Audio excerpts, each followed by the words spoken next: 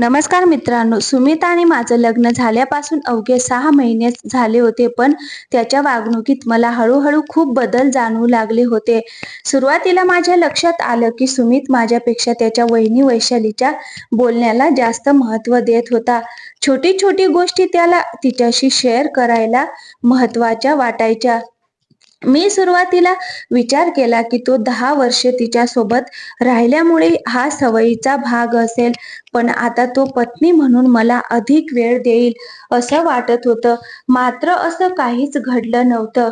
हळूहळू मला वाटू लागलं की सुमितचं वैशाली सोबतचं नातं साधं वहिनी दिराचं नातं नाही. हे वैशाली अत्यंत सुंदर होती आणि तिच्या त्या सुंदरतेमुळे माझ्या मनात अस्वस्थता निर्माण झाली. मला समजतच नव्हतं की सुमित तिला एवढं जास्त महत्त्व का देतो. एके दिवशी सकाळी मी बघितलं की सुमित वैशालीच्या खोलीतून बाहेर येत होता. त्याने मला बघितलं आणि घाबरून पटकन बाथरूम मध्ये गेला. ते पाहून माझ्या मनातल्या सगळ्या शंका पक्क्या झाल्या. रागाच्या भरात मी बाथरूमच्या दारावर जोरात ठोठावलं आणि विचारलं, सुमित, जर तुला वैशाली सोबतच राहायचं होतं तर माझं आयुष्य का उद्ध्वस्त केलं? त्याने दार उघडून मला चापट मारली, पण मी सुद्धा लगेच त्याला प्रत्युत्तर दिलं. आमच्यात जोरात भांडण झालं आणि सुमित मला बेडवर फेकून म्हणाला, माधुरी, यापुढे वहिनींबद्दल काही बोललीस तर तुझ्यासाठी वाईट होईल. इतकं बोलून कपडे बदलून तो बाहेर निघून गेला आणि नाश्ता सुद्धा न करता कामावर गेला. मीही त्या दिवशी निर्णय घेतला. पटकन माझं सामान भरलं आणि नागपूरला माहेरी निघाले. तिथे पोचल्यावर आईला सगळं सांगितलं तेव्हा आई म्हणाली, माधुरी, तू योग्य केलं. तिथे फक्त तेव्हाच परत जा जेव्हा सुमित वैशाली पासून दूर राहण्यास तयार होईल. माझी लहान लग्न झाल्यावर काही महिन्यांवर आलं होतं आणि माझी अवस्था पाहून तिला सुद्धा सासरच्या घरचं जीवन कसं असेल याची भीती वाटू लागली. माझा लहान भाऊ महेश सुद्धा खूप चिंतेत पडला. संध्याकाळी जेवणाच्या वेळी मी फोन ऑन केला तेव्हा सुमितचे सतत कॉल येत होते, पण मी तो उचलला नाही. रात्री अखेर मी फोन उचलला तेव्हा सुमित म्हणाला, तू तुझ्या इच्छेने गेलीस आहेस म्हणून लक्षात ठेव, तुलाच तुझ्या इच्छेने परत यावं लागेल. मी तुला घ्यायला येणार नाही. सुमितचं रागात बोलणं ऐकून मला खूपच राग आला. मी म्हणाले, तुम्ही मला घ्यायला का येणार? तुम्हाला तर हेच हवं होतं की मी तिथून निघून जावं. आता त्या बाईसोबत तुम्ही मन भरून राहा. तुम्ही आले तरी मी त्या घरात पाय ठेवणार नाही. या गोष्टीला 4 महिने झाले होते आणि मी सुमितचे वाट पाहत होते. जर त्याला त्याच्या चुकीची जाणीव झाली असती तर मी परत माझ्या सासरी गेले असते, परंतु असं काहीच झालं नाही.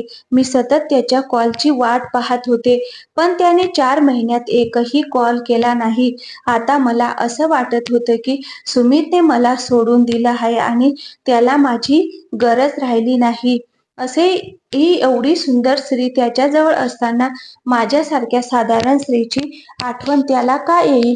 मी सुमितच्या विचारात उदास होऊ लागले आणि माझ्या घरच्यांनाही माझी अवस्था बघून दुःख होत होते. जसजसं रागिणीच्या लग्नाचा वेळ जवळ येऊ लागला तसतसं घरात काम वाढत होतं. आता रागिणीच्या लग्नाला 2 महिनेच उरले होते आणि माझे वडील 2 महिन्यांची सुट्टी घेऊन घरी आले होते. त्यांनी मला सांगितलं, रागिणीचं लग्न झाल्यावर मी सासरी जाऊन सुमितशी फायनल बोलून येईल. जर तो तुला स्वीकारायला तयार नसेल तर हुंडा मागितला म्हणून त्याच्यावर केस दाखल करूया. मला असं होऊ नये असं वाटत होतं. त्यामुळे जसजशी लग्नाची तारीख जवळ येऊ लागली माझ्या मनात भीती वाढत होती. 5 महिने माहेरी राहून झाले होते आणि आता लग्नाला फक्त 20 दिवस उरले होते. लग्न पत्रिकाही आल्या होत्या. एके दिवशी मी सुमितला कॉल केला आणि विचारलं, सुमित, तुम्ही रागिणीच्या लग्नाला येणार नाही का? सुमित म्हणाला, मला तर काहीच माहित नाही कोणाचं लग्न आहे. मी सांगितलं, 6 तारखेला रागिणीचं लग्न आहे. सुमित म्हणाला, पण मला तुमच्या घरातून कोणी काही सांगितलं नाही. आणि लग्नाची पत्रिका सुद्धा दिली नाही. मी म्हणाले, तुम्ही या घराचे जावई आहात. तुम्हाला पत्रिका नसली तरी यायला हवं. सुमित म्हणाला, तुझ्या घरच्यांनी मला जावई मानलं असतं तर ना? तुझ्या वडिलांनी किंवा आईने एकदाही मला फोन केला नाही. मी म्हणाले, मी सांगते एवढं पुरेसे नाही का? तेव्हा सुमित म्हणाला, ठीक आहे, मी लग्नाच्या दिवशी नागपुरात पोहोचतो. लग्नाच्या दिवशी मी पिवळी साडी नेसली होती. ती साडी सुमितने मला गिफ्ट म्हणून दिली होती. मला विश्वास होता सुमित दुपारपर्यंत नागपुरात येईल, पण संध्याकाळ झाली तरी ना सुमित आला ना त्याचा फोन. रात्री उशिरा रागिनी आनंदाने सासरी गेली, पण मी आईला बिलगून रडत होते. सगळ्यांना वाटत होतं की मी रागिनीच्या सासरी जाण्यामुळे रडत आहे, पण मी माझ्या नशिबावर रडत होते. दुसऱ्या दिवशी सकाळी मी आईला म्हणाले, आई, मी सासरी परत जात आहे. आई नाराज झाली आणि म्हणाली, जो माणूस तुझ्या बहिणीच्या लग्नाला वेळ देऊ शकला नाही त्याच्याकडे तुझ्यासाठी वेळ नसेल. वडिलांनाही हे समजल्यावर त्यांनी मला सासरी जाण्यापासून रोखलं, पण मी सुमितला दिवसभर कॉल करत राहिले. त्याचा फोन बंदच येत होता. रात्री मला एकदम त्याचा फोन आला. सुमित रडत म्हणाला, माधुरी, सर्व काही संपलंय. मी म्हणाले, अजून काही संपलेलं नाही. तू मला इथून घ्यायला आलास तर आपल्या नात्यात सुधारणा होईल. पण सुमित म्हणाला, मी आपल्या नात्याबद्दल नाही बोलत आहे. मी विचारलं, सुमित, काय झालं आहे? तू एवढं का रडतोयस? सुमित म्हणाला, 2 दिवसांपूर्वी रात्री उशिरा दादा आणि वहिनीचा अपघात झाला. दादाने जागेवर प्राण सोडले आणि वहिनी अजून दिल्लीच्या एम्समध्ये भरती आहेत. हे ऐकून माझ्या पायाखालची जमीनच सरकली.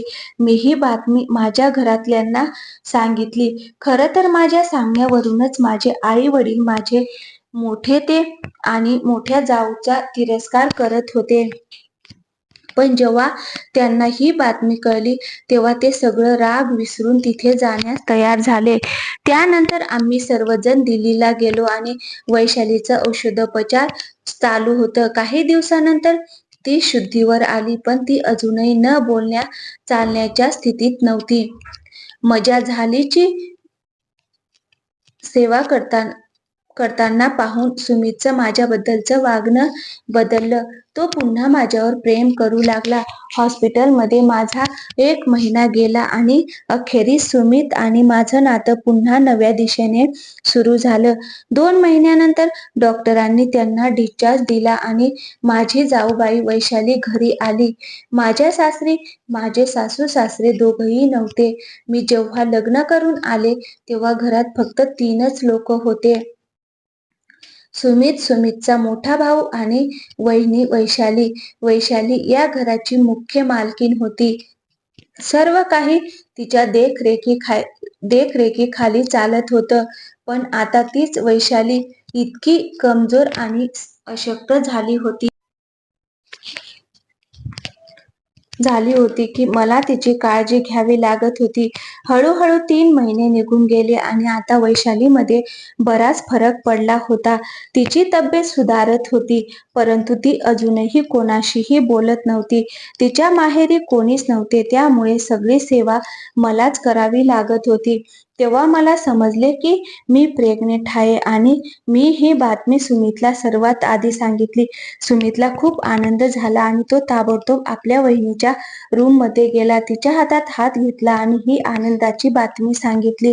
वैशाली काही बोलू शकत नव्हती, परंतु तिच्या चेहऱ्यावर समाधानाचे हसू होते, ज्याचा अर्थ होता की तिलाही खूप आनंद झाला आहे. हळूहळू वेळ निघून गेला आणि माझा 8वा महिना सुरू झाला. या काळात मला जाणवले की सुमित पुन्हा आपल्या वहिनींच्या जवळ जाऊ लागला. प्रेग्नेंट असल्यामुळे माझी अवस्था अशी होती की मी घरातील काही कामही करू शकत नव्हते. सुमित ड्युटीवर गेल्यावर मी जास्त वेळ माझ्या रूममध्येच असायचे. रात्री सुमित कामावरून घरी आल्यानंतर माझ्यासाठी जेवण आणि वहिनीसाठी ज्यूस घेऊन यायचा.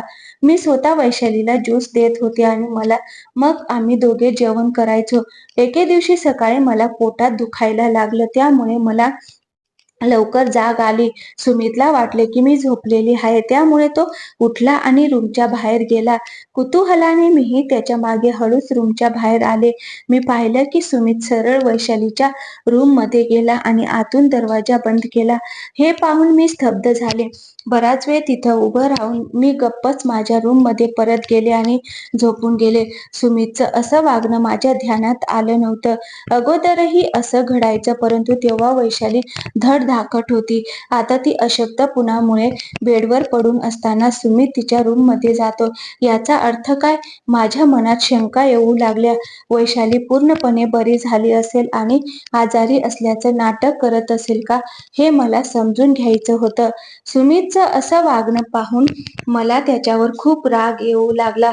दररोज मी सुमितला वैशालीच्या रूममध्ये जाताना पाहत होते. एकदा तो घामाघूम होऊन रूममध्ये आला, तेव्हा मी ठरवलं की या सगळ्या प्रकारचा पर्दाफाश करायचा. बाळ होण्यासाठी मला फक्त 15 दिवस शिल्लक होते आणि बाळ झाल्यावर मला काही काळ रूमच्या बाहेर जाणं शक्य नव्हतं. म्हणून मी ठरवलं की याआधी सत्य जाणून घ्यायचं. संध्याकाळी सुमित माझ्यासाठी जेवण आणि वैशालीसाठी ज्यूस घेऊन आला. त्याने मला सांगितलं, माधुरी, वहिनीला ज्यूस देऊन ये, नंतर आपण जेवू. मी म्हटलं, आज तूच ज्यूस देऊन ये, मला काहीसं बरं वाटत नाही. हे ऐकून सुमित वैशालीच्या रूममध्ये गेला आणि काही वेळात बाहेर आला. रात्री जेवण करताना त्याने सांगितलं, माधुरी, मी उद्या ऑफिसमधून सुट्टी घेतली आहे, कारण उद्या मी वहिनीला हॉस्पिटलमध्ये घेऊन जाणार आहे. काही तपासण्या करायच्या आहेत. मला उशीर होईल. मग दुसऱ्या दिवशी सुमित गेल्यानंतर मी बाजारात जाऊन एक छुपा कॅमेरा आणला आणि तो मी माझ्या जावेच्या रूममध्ये अशा प्रकारे सेट केला, जिथून तिच्या संपूर्ण रूमचा सीसीटीव्ही मिळू शकतो. मी कॅमेरा माझ्या मोबाईलशी कनेक्ट केला. दुपारचे 4 वाजले होते आणि त्याच वेळी सुमितचा फोन आला की तो हॉस्पिटलमधून परत येत होता. आजचं माझं काम पूर्ण झाल्यामुळे मला खूप आनंद झाला होता. उद्यापर्यंत माझ्याकडे तो पुरावा असेल, ज्याच्या आधारे सुमित आणि त्याच्या वहिनींचं सत्य उघड होईल. सुमित वैशालीला घेऊन हॉस्पिटलमधून परत आला आणि तिला बेडवर झोपून आमच्या रूममध्ये आला. त्यांनी तिच्या औषधाच्या गोळ्या माझ्या हातात देत कोणत्या गोळ्या कधी द्यायच्या आहेत ते समजावलं. त्याच्या चेहऱ्यावरचे हावभाव पाहून मला असं वाटत होतं की वैशाली त्याची वहिनी नसून पत्नी आहे. रात्री सुमित स्वतः तिच्या रूममध्ये ज्यूस आणि गोळ्या घेऊन गेला आणि अर्ध्या तासानंतर परत आला. जेवण झाल्यानंतर तो झोपी गेला, पण मी सकाळ होण्याची वाट पाहत होते. सुमित उठला आणि रूम सोडून परत वैशालीच्या रूममध्ये गेला. अर्ध्या तासानंतर घामाने चिंब भिजून परत आला आणि माझ्या बाजूला झोपला. त्याच्या ड्युटीवर गेल्यानंतर मी रेकॉर्डिंग पाहायला घेतलं आणि जे बघितलं ते पाहून मी थक्क झाले. सुमित तिच्या सेवेत गुंतला होता. तो तिची अशी सेवा करत होता जशी की ती त्याची बायको आहे. मग 2 दिवसानंतर माझी तब्येत बिघडली. माझ्या डिलिव्हरीची वेळ झाली होती, म्हणून मला दवाखान्यात नेण्यात आलं. मी एका सुंदर मुलाला जन्म दिला होता. त्या दरम्यान माझी काळजी घेण्यासाठी माझी आई माझ्या घरी आली होती. तेव्हा मी माझ्या आईला रेकॉर्डिंग दाखवली, तेव्हा ते देखील थक्क झाले आणि म्हणाले, माधुरी, तू खूप भोळी आहेस. सुमित त्याच्या बहिणीची ज्या प्रकारे सेवा करत आहे, तशीच सेवा तर कोणी नवरा आपल्या बायकोची किंवा कोणी मुलगा आपल्या आईची करू शकतो. हे सगळं मला तसं होत नाही, म्हणून मी उद्या तिथून आपल्या घरी जाईल आणि तो देखील काही दिवसात माहेरी ये. मला तर सुमितचे लक्षण अजिबातच चांगले वाटत नाही. मी जास्त दिवस तुला इथे नाही राहू देणार. मग ज्या दिवशी माझा मुलगा 1 महिन्याचा झाला, तेव्हाच माझ्या जावेची तब्येत खूपच बिघडली आणि दुसऱ्या दिवशी हॉस्पिटलमध्ये त्यांचे निधन झाले. वैशालीच्या निधनानंतर सुमित आतून खूप तुटून गेला. त्याला पाहून असं वाटत होतं जणू सुमितच्या सख्ख्या आईचं निधन झालं आहे. काही दिवसांनी मी सुमितचा मूड पाहून त्याच्याशी बोलायचं ठरवलं.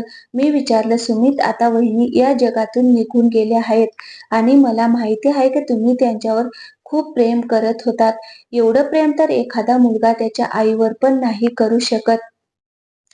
तुम्ही त्यांचे घाण कपडे स्वतःच्या हातांनी धुवायचे का करत होतात तुम्ही? सुमितने माझ्याकडे पाहिले. एक मोठा श्वास घेतला आणि काही वेळ शांत राहून म्हणाला, मी आणि माझा मोठा भाऊ राकेशने लहानपणी खूप काही सहन केलं. माझी सख्खी आई आम्ही लहान असताना गेली आणि माझ्या पप्पांनी दुसरं लग्न केलं. पप्पांच्या मृत्यूनंतर माझ्या सावत्र आईने पप्पांची संपत्ती स्वतःच्या नावावर केली आणि आम्हाला दारोदारी फिरण्याची वेळ आणली. माझ्या मोठ्या भावाने मजुरी करून मला शिकवलं. 10 वर्षांपूर्वी माझ्या भावाने वैशालीशी लग्न केलं. त्या त्यांच्या आई-वडिलांच्या एकुलत्या एक होत्या. वैशाली वहिनींचे आई-वडील देखील त्यांच्या लग्नानंतर 2च वर्षात देवाघरी गेले. तेव्हा वहिनींनी त्यांच्या संपत्तीचा भाग दादाच्या नावावर केला आणि माझं संगोपन आईसारखं केलं. 5 वर्षांपूर्वी मला निमोनिया झाला होता आणि मी कित्येक महिने अंथरुणावर होतो. त्यावेळी वहिनींनी माझी खूप सेवा केली. जर त्यांच्या जागी दुसरी स्त्री असती तर तिने माझ्या घाण कपड्यांना हात लावला नसता. परंतु वैशाली वहिनी माझं सगळं काम त्यांच्या मुलांसारखं करायच्या. त्यांच्या काळजीमुळेच मी मृत्यूशी झगडून परत आलो. परंतु माझ्या शेवट इतकी ताकद नव्हती की मी त्यांना वाचवू शकेल. एवढं बोलून सुमित माझ्या खांद्यावर डोकं ठेवून रडत होता. त्याला अशा अवस्थेत पाहून माझं मनही भरून आलं आणि मीही रडू लागले. यासोबत सुमितबद्दल मनात असलेला गैरसमज दूर झाला. मी खूप भाग्यवान असल्याचं जाणवलं की मला सुमितसारखा नवरा मिळाला आहे. मी लगेच आईला कॉल केला आणि म्हणाले, आई, आता मी नागपूरला येणार नाही. मित्रांनो, माधुरीला आपल्या पती सुमितवर जो संशय होता तो शेवटी चुकीचा ठरला. सुमित आपल्या वहिनी वैशालीची काळजी घेत होता कारण तो तिला आपल्या आईसारखं मानायचा. वैशालीने सुमितला नेहमीच मुलांप्रमाणे सांभाळलं होतं आणि सुमितनं तिची सेवा करणं आपली जबाबदारी समजत होता. जेव्हा माधुरीला या गोष्टीचं सत्य कळालं तेव्हा तिचा सुमितवरील सगळा संशय दूर झाला. ती स्वतःला खूप नशीबवान समजू लागली की तिला सुमितसारखा समजूतदार आणि प्रेमळ पती मिळाला. शेवटी माधुरीने आपल्या आईला फोन करून सांगितले की ती आता नागपूरला येणार नाही कारण तिला सुमित आणि त्यांच्या कुटुंबातच आपलेपणा आणि खरं प्रेम मिळालं आहे. मित्रांनो, ही कहाणी आपल्याला शिकवते की संशय माणसाचा सर्वात मोठा शत्रू आहे. संशय केल्यामुळे नात्यात तणाव निर्माण होतो आणि गैरसमज होऊ शकतात.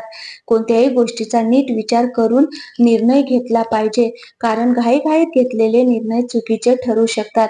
आपण ज्या गोष्टीला जशा प्रकारे पाहतो त्यापेक्षा सत्य वेगळं असू शकतं. त्यामुळे कुठलाही निर्णय घेताना नीट विचार करणं महत्त्वाचं आहे. मित्रांनो, तुम्हाला आजची कथा कशी वाटली ते कमेंटमध्ये नक्की सांगा. आवडल्यास व्हिडिओला लाईक आणि शेअर करा आणि चॅनलला सबस्क्राईब करायला विसरू नका. Thank you. धन्यवाद मित्रांनो.